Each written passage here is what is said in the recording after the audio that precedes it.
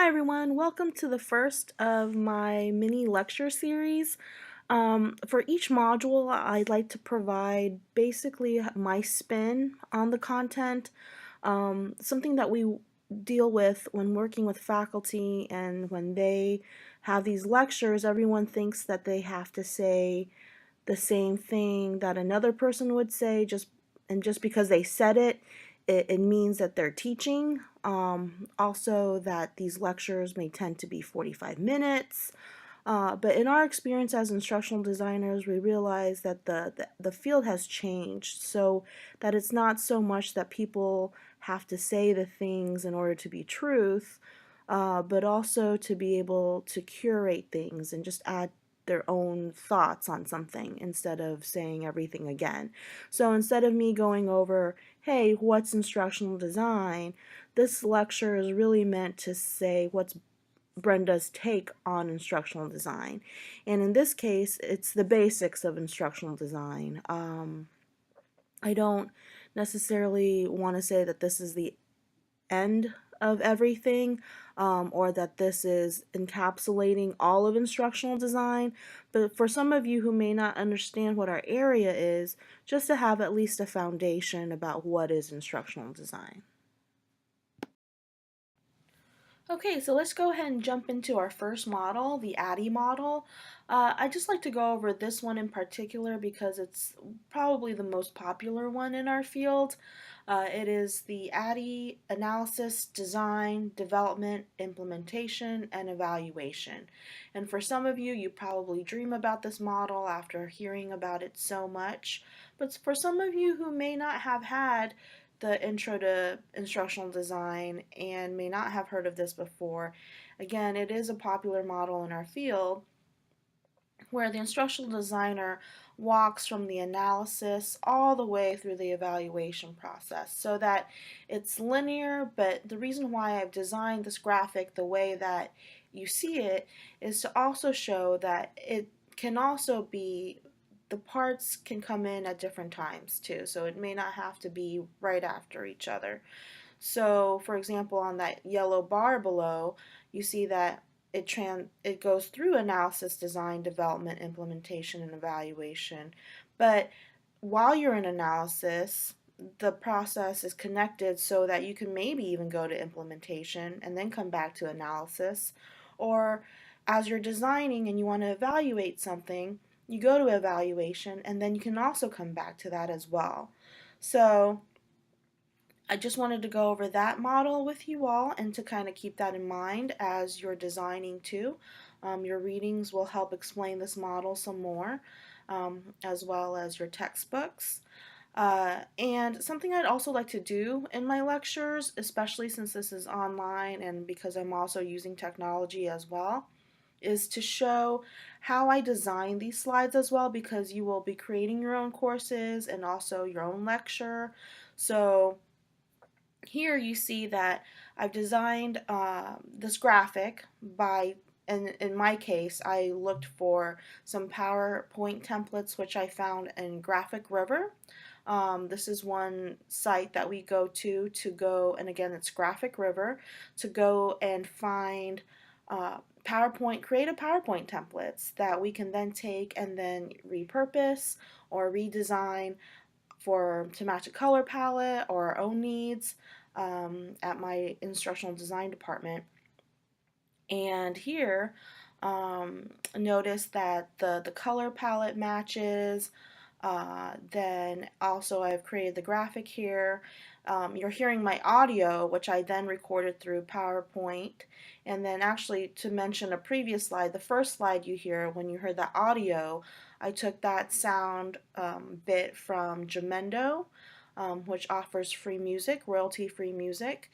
So in creating your own lectures and or encouraging faculty or whoever you end up working with to create their own lectures, there's all these different tricks on how you can create a presentation for them or encourage them to create a presentation for themselves. So again, there's these PowerPoint templates available out there. I know the templates I have right now, I personally purchased for $15 and a $2 handling fee. But I think that, but they give you so much PowerPoint assets that the $17 is totally worth it for the time, not having to spend and think about things from scratch. So, okay, so let's go ahead and then move on to the next part of the basics of instructional design. Now that we've talked about a popular design in instructional design, who is it for? That's the most important question. Who are we designing for? Who's our audience? So I'm going to go over 5 different main areas of people that we cater to, and so, or groups of people we cater to. So the first one is K-12. This is not in any kind of special order, just kind of sharing these 5 different categories. K-12 is kindergarten through 12th grade, so you basically have your younger students, and even though there's teachers that design curriculum for them, as an instructional designer, sometimes it's coming in and helping those instructors or teachers get their content in the school's learning management system. It could be that you are creating a training for K-12 teachers, and so that is mainly in the K-12 realm.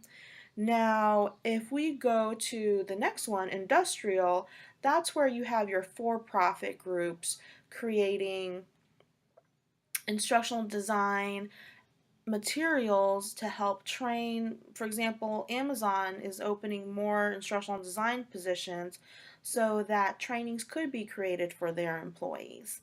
Also, I came from a startup company called Shadow Health where they created a virtual simulated patient so that nursing students could practice their empathy, practice their conversation skills with this virtual patient, and that software was then provided to universities for profit.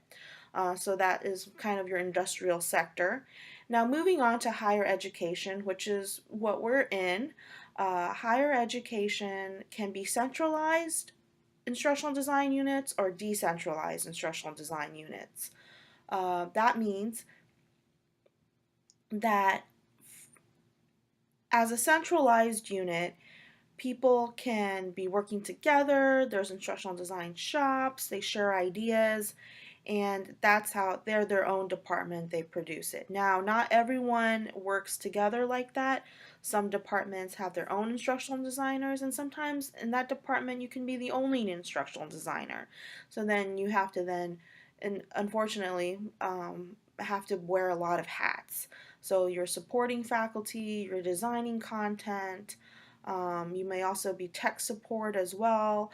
So right now our field is still growing so that these avenues are still kind of blurred. The lines are blurred in higher education, but that's where you can see instructional design in higher education. In adult education, instead of focusing like with K-12 on pedagogy, adult education has its own andragogy, where you are creating instructional materials for the non-traditional student, for adults who may not have graduated high school or who may not have moved on to college and want to move on to college. So you're designing for that population. And last but not least, with professional development, this can overlap with some of the other ones, but this one primarily focuses on people who have already have a specific experience in a certain area but want to advance in that area. So for example, I worked on a course where it was for dietary managers. It was designed for people who had worked in the food service industry for many years and then who decided that they wanted to do more than food service in general and become managers. So this professional development course was created so that they could have the knowledge that they needed so that they can go ahead and pass a certification exam. So in this area, these are the 5 main categories that, as we're moving forward with instructional design, where you can think about where your audience is.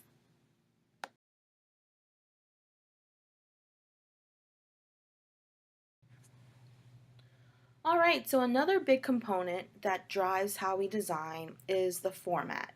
What would be the format of how your instructional material is being presented? Is it being presented in a face-to-face way, a blended or hybrid way, or an online way? And so case in point, if I was designing this for a face-to-face class, I would probably spend less time on recording these lectures, but then spend more time focusing on assignments and discussion prompts that we can look at and interact with in a face-to-face environment. Whereas now in an online environment, I want to, and it's a challenge, to make sure that you have that human touch, but knowing that the attention span in an online environment is super fast paced too. So trying to keep these lectures shorter too. And this is probably going to be one of the longer lectures just because of establishing the foundation of instructional design. So those are some considerations to have for the format of your presentations for your instructional design content. And now we'll move on to another factor of time. So the last component that we're going to be discussing with our instructional design is time. Now, in a face-to-face class, you are primarily going to be dealing with synchronous interactions where you're working with your audience live, same time, and when you move that away from being the live time or the same time, you're moving to something that is asynchronous, and so your face-to-face class can be morphed into a blended learning course where it could be both, where you have a face-to-face component versus an online component that the students can interact with anytime. Now, with the online environment, it's easy to say, okay, well, we can do things asynchronously. But sometimes, and it's good if we have synchronous times where an instructor with a student can meet face to face via Zoom or Adobe Connect or some of these online teleconferencing tools.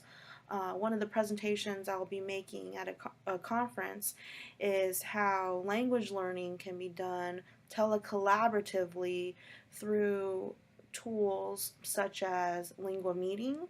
Um, it basically pairs up students with language coaches that they can practice speaking in a different language synchronously. Now, in online education, although that is sometimes advocated for, mostly we advocate for asynchronous education so that the learner, in whatever circumstance they're in life, can come to our content asynchronously and be able to learn at their own pace, maybe be able to do more in one session instead of having to be like, okay, I'm going to do a little bit here and a little bit there. They might just have a chunk of time on the weekend, as you all know, being online students as well. So to keep that in mind when we have time as a factor, how we can design our courses or our trainings, because sometimes if you have an asynchronous situation, you can design for longer assignments, whereas a synchronous one, you know you're confined to maybe 15 minutes or a 45-minute class.